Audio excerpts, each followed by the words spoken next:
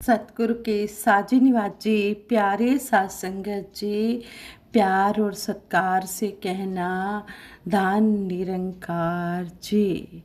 पाइयां तेरे दारे आके रहमता हजारा, दीने राते दाता तेरा शुक्र गुजारा। सतगुरु माता जी, हम आप जी का दिन रात हर समय शुक्र गुजार करते हैं, शुक्राना करते हैं। आप जी की कृपा से हमारी ये जीवन की यात्रा बहुत आनंद में बीत रही है। सतगुरु माता जी, आप सभी पर ऐसे ही अपनी कृपा बनाए रखना। और जिस तरह आप जी हमें समझा रहे हैं, सतगुरु माता जी के आशीर्वाद लेते हुए, सतगुरु माता जी की जो शिक्षाएं हम सुनते हैं, जो अमोलक वचन हम सुनते हैं, दासी को आशीर्वाद देना कि उन वचनों पर कर्म रूप में दासी चल पाए। और सतगुरु माता जी के आशीर्वाद से, सतगुरु माता जी का शुक्राना करते हुए दासी ये विचार रखने जा रही है। ये टॉपिक है मानवता है धर्म हमारा, हम केवल इंसान हैं। मानव की सेवा करना ही सबसे बड़ा कर्म है और मानव धर्म होना ही सबसे बड़ा कर्म है। दास संगत जी स्टोरी दासी आप जी के चरणों में शेयर करने जा रही है। अगर कोई गलती हो जाए तो दासी को क्षमा कर देना।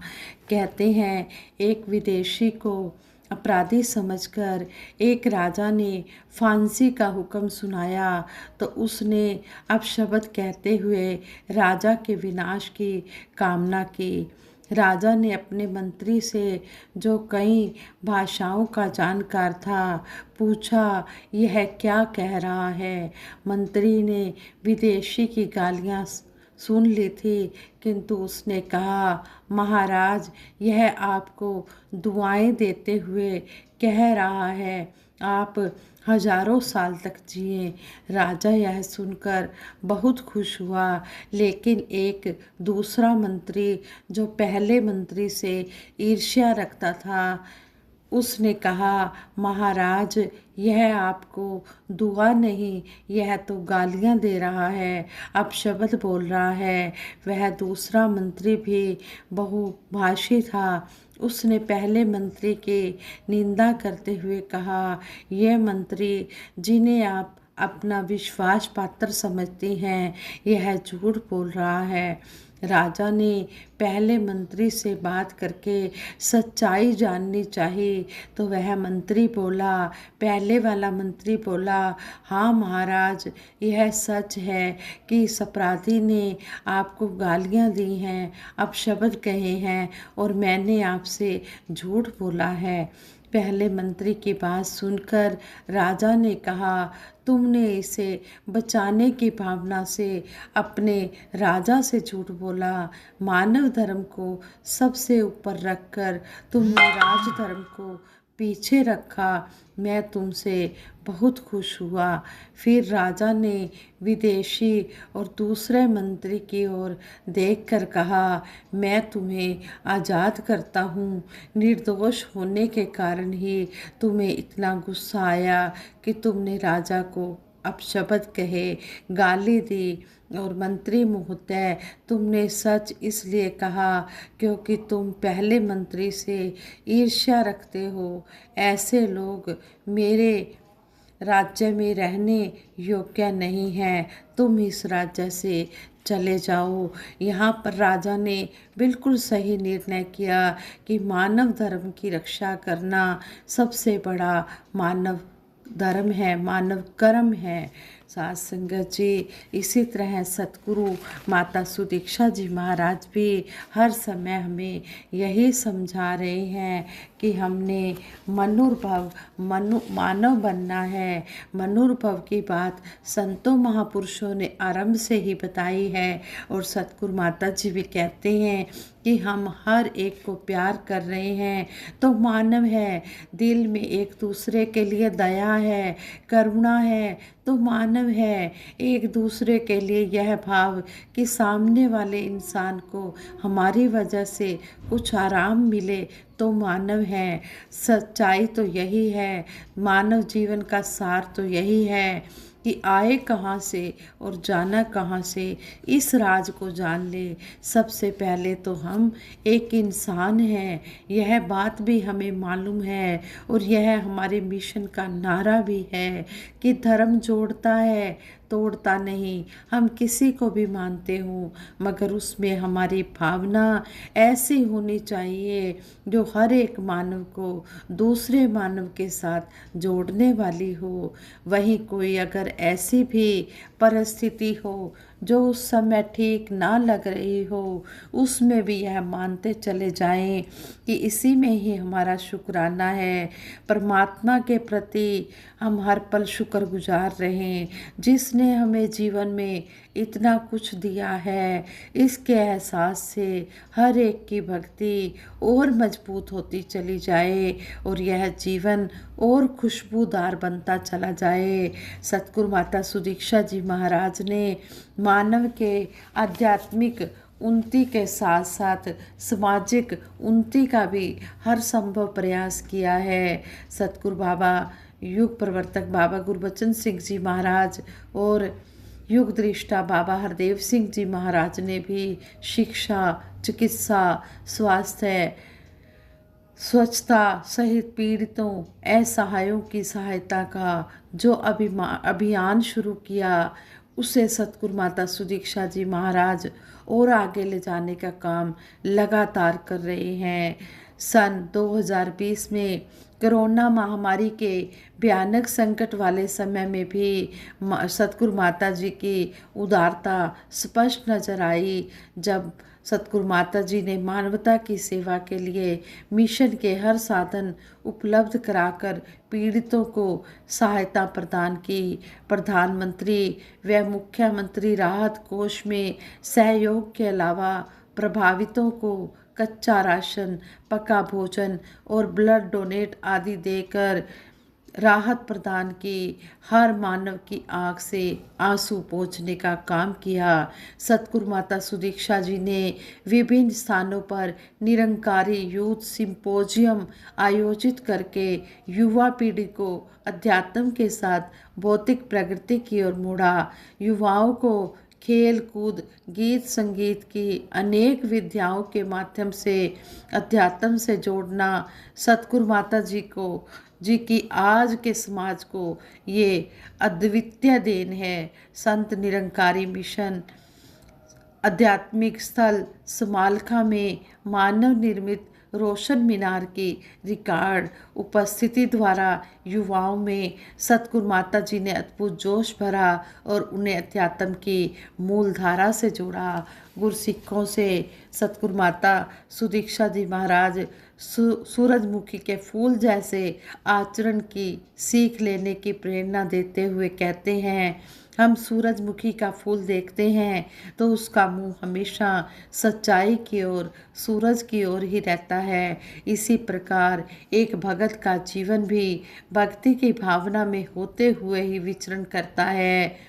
मिशन के ज्ञान, प्रेम, एकत्व और सद्भाव के संदेश को अपने कर्मों में ढालकर संपूर्ण विश्व में फैलाने का आशीर्वाद देते हुए सतगुरु माता जी ने फरमाया, हम ज़्यादा से ज़्यादा सिमरन करें, पल पल सिमरन करें, जितना ज़्यादा हो पाए संगत भी करें, और जब संत आएँ तो यह हमारे व्यवहार में होना चाहिए कि हम बिल्कुल शांत होकर जो विचार या गीत सुन रहे हैं पूरा ध्यान देकर उसको हम अपने अमल में लाएं, और ध्यान से सुनकर जब हम अमल में लाएं, अपने जीवन को उन वचनों पर चलाएं, तो फिर हम आगे भी ये सच्चाई का संदेश दुनिया भर में फैलाएं। सतगुरु माता सुदीक्षा जी महाराज बच्चों को अच्छे संस्कार देने के साथ साथ संगत से जोड़ने की प्रेरणा देते हुए कहते हैं, अभी बच्चे छोटे हैं तो उनके लिए भी यह बाल संगत इतनी ज़रूरी है कि कैसे उस समय से ही जब कच्ची मिट्टी के समान हैं बच्चे, तो इस तरह इनकी नींव तैयार हो जाए, इतने मूल्य इनके अंदर समा जाए। जीवन में जब यह ज्ञान की प्राप्ति हुई है तो आगे इस रास्ते पर चलते हुए और भी सुधार होता जाए। बच्चों की बात करते समय सतगुरु माता जी को अपना स्वयं का बचपन भी याद आ जाता है। अत्यंत विनम्रता के साथ सतगुरु माता जी कहते हैं, साथ संगत जी, जैसे बचपन से ही संगत माँ ने बड़ा किया है, आगे भी आप सब अगुवाई करते रहना। और जिस तरह दासी की झोली में ये सेवा आई है, तो मिशन एक साफ चादर के रूप में है। दासी को आशीर्वाद दीजिए कि दासी कभी कुछ ऐसा न करे जिससे मिशन पर कोई भी दाग लगे। सतगुरु माता जी के मुखारविंद से इस प्रकार की बातें हमें इस प्रकार की बातें हमें सुनने को मिलती हैं और हमें भी विनम्र रहने की प्रेरणा देती हैं। तो हम सतगुरु माता सुदीक्षा जी महाराज की पावन छत्र छाया में इसी तरह आनंद लेते रहे। जो सतगुरु माता जी हमें मानवता के लिए समझा रहे हैं कि हमने मानव के काम आना है, मानव को मानव हो प्यारा, एक दूसरे का बने सहारा। हमने एक दूसरे के साथ कंधे से कंधा मिलाकर चलना है और इस मिशन को आगे से आगे बढ़ाते चले जाना है। हमने खुद भी इन बातों पर अमल करना है, फिर औरों को भी प्रेरणा देकर इस मिशन को आगे से आगे बढ़ाते चले जाना है। संपूर्ण हरदेव वाणी में सतगुरु बाबा हरदेव सिंह जी महाराज इस शब्द द्वारा समझा रहे हैं। शब्द नंबर 235 के सतगुरु बाबा जी कह रहे हैं, मानव के कर्मों से धरती बसती और उजड़ती है, मानव के कर्मों से दुनिया बनती और बिगड़ती है। कहते हैं कि अगर मानव के कर्म अच्छे नहीं हैं तो ये धरती उजड़ जाती है, इस धरती पर नरक बन जाता है, लड़ाई झगड़े दंगे फसाद होते हैं। और जो मानव के अच्छे कर्म होते हैं तो इसी धरती पर स्वर्ग बन जाता है। इस धरती पर स्वर्ग बसाने वाला भी इंसान है, इस धरती को, इस दुनिया को नरक बनाने वाला भी इंसान है। अगर अच्छे कर्म होंगे तो ये धरती स्वर्ग के समान नजर आएगी, और अगर कोई बुरे कर्म कर रहा होगा तो यह धरती नरक के समान दिखाई देगी। प्रेम दया सद्भाव जहाँ है, सुख का वहाँ बसेरा है। दुराचार दुर्भाव जहाँ है, वहाँ दुखों का डेरा है। जहाँ पर प्रेम होता है, दया होती है, अच्छी भावनाएं होती हैं, वहाँ पर सुख ही सुख नज़र आते हैं। लेकिन ये दुख कब आते हैं? जब मन में, पहले तो मन में ही बुरे भाव जन्म लेते हैं, तभी वो बाहर निकल कर आते हैं। जब मन में बुरे भाव होते हैं किसी के प्रति, तो लड़ाई झगड़ा होना संभव ही होता है। तो फिर ये दुख ही दुख होते हैं। लड़ाई झगड़े में कभी किसी को सुख नहीं मिला, हमेशा दुख ही मिले हैं। तो संत महात्मा हमेशा हमें यही शिक्षा देते हैं कि हमने प्रेम, नम्रता, विशालता से अपने मन को विशाल बनाना है। इस विशाल प्रभु के साथ मिलकर हमने विशाल बनना है, अपनी सोच अच्छी बनानी है। अगर कोई कुछ कह भी लेता है तो हमने उस ओर ध्यान नहीं देना है। अगर हमें कोई अच्छी बात मिल रही है तो हमने उसको अपने जीवन में धारण कर लेना है। और अगर हमें कोई बात अच्छी नहीं लग रही तो उसको हमने अपने मन में बिठाना नहीं है, हमने इग्नोर कर जाना है। जिस तरह हमें सतगुरु समझाते हैं कि जो फूल फल होते हैं उनके साथ घास भी उगाती है, लेकिन उस घास को, वो घास हमारे किसी काम नहीं आती, उसको हम उखाड़ कर फेंक देते हैं। और जो हमारे काम आने वाली चीज़ें हैं, फल और फूल, उसकी हम देखभाल करते हैं। इसी तरह जो अच्छी बातें होती हैं, जो गुणों वाली बातें हैं, हमने वो ग्रहण कर लेनी है। और जो हमें बात अच्छी नहीं लग रही है, जिसमें हमें लग रहा है कि इसमें हमारा भला नहीं है, तो उस बात को हमने घास की तरह उखाड़ कर फेंक देना है, उसकी तरफ हमने ध्यान नहीं देना है। समदृष्टि समभाव से जीना सबको जब आ जाएगा, प्यार ही बरसेगा हरसू, फिर वैर नज़र नहीं आएगा। ये समदृष्टि, ये समभाव, ये कहाँ मिलता है? ये संतों की संगत में मिलता है। जब सतगुरु ब्रह्म ज्ञान दे देते हैं, संगत के साथ जोड़ते हैं, तो यहाँ पर हर कोई समदृष्टि से ही देखता है। यही कहता है, ना कोई वैरी ना ही बेगाना, सकल संग हमको बनाई। जब सतगुरु की शिक्षा मन में धारण कर जाती है, मन में बैठ जाती है तो फिर सारा संसार अपना ही लगता है, कोई पराया कोई बेगाना नहीं लगता, सभी एक जैसे लगते हैं। किसी के लिए मन में कोई ऊंची नीची भावना नहीं आती, सभी के लिए सम भावना रहती है कि सभी मेरे सतगुरु के प्यारे हैं, चाहे वो ब्रह्म ज्ञानी हैं या नहीं हैं।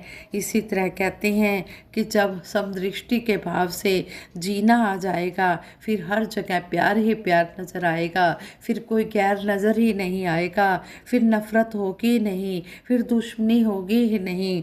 संतमति को धारण करके सुंदर हम व्यवहार करें, कहे हरदेव मिलवर्तन से सुख में कुल संसार करें। सतगुरु बाबा हरदेव सिंह जी महाराज ने सारे ही शब्द का हमें सार समझाया है कि जब तक इंसान तू संतों की मत नहीं लेगा, तेरे अंदर सुंदर व्यवहार नहीं बन सकेगा। संतों की मत लेकर ही हम अपना व्यवहार सुंदर बना सकते हैं और के मिल वर्तन से फिर सारा संसार सुखी ही सुखी हम कर सकते हैं। ये हमारे हाथ में है। इस धरती को स्वर्ग भी बनाने वाला इंसान है और नरक बनाने वाला भी इंसान है, लेकिन जब संतों की संगत मिलती है तो ये सारा संसार स्वर्ग बन जाता है। जैसी संगत कीजिए वैसा ही फल होए, जैसा जैसी हम संगत करते हैं वैसे ही हम पर रंगत चढ़ती है। अगर हम संतों की संगत करते हैं तो हमारे अंदर संतों वाले गुण अवश्य आएंगे, ऐसी बात नहीं है कि नहीं आएंगे। जिस तरह कहते हैं एक पत्थर होता है, वो पानी में पड़ा रहता है, बेशक उसके ऊपर कोई असर नहीं हो रहा, लेकिन वो ठंडक तो महसूस कर रहा है। इसी तरह संतों महापुरुषों के जब हम शब्द श्रवण करते हैं, वचन सुनते हैं, तो कुछ ना कुछ तो हमारे जीवन में वो घर कर ही जाते हैं। कहीं ना कहीं कोई शब्द ऐसा आ जाता है जो हमारे जीवन को स्वर्ग बना देता है। आओ सतगुरु माता जी के चरणों से यही अरदास करती हैं, हे मेरे मालिक दीन दयाल, जिस तरह आप जी हमें ये शिक्षाएं कदम कदम पर हमें सिखा रहे हैं, हम इन शिक्षाओं पर चलते चले जाएं और अपने मिशन का नाम ऊंचा करें, अपने शहर का नाम ऊंचा करें, अपने घर परिवार का नाम ऊंचा करें और अपने सतगुरु का नाम तो हमारे सबसे ऊंचा हो ही रहा है जब हम अच्छे कर्म कर रहे हैं। तो सतगुरु माता जी आप जी हमें सुमति देना, सद्बुद्धि देना, सद्विचार देना, सद्मार्ग देना, हम इसी रास्ते पर चलते हुए अपना जीवन स्वर्ग की तरह सुंदर बना पाएं। हाँ संगत जी, प्यार से कहना, दान निरंकार जी।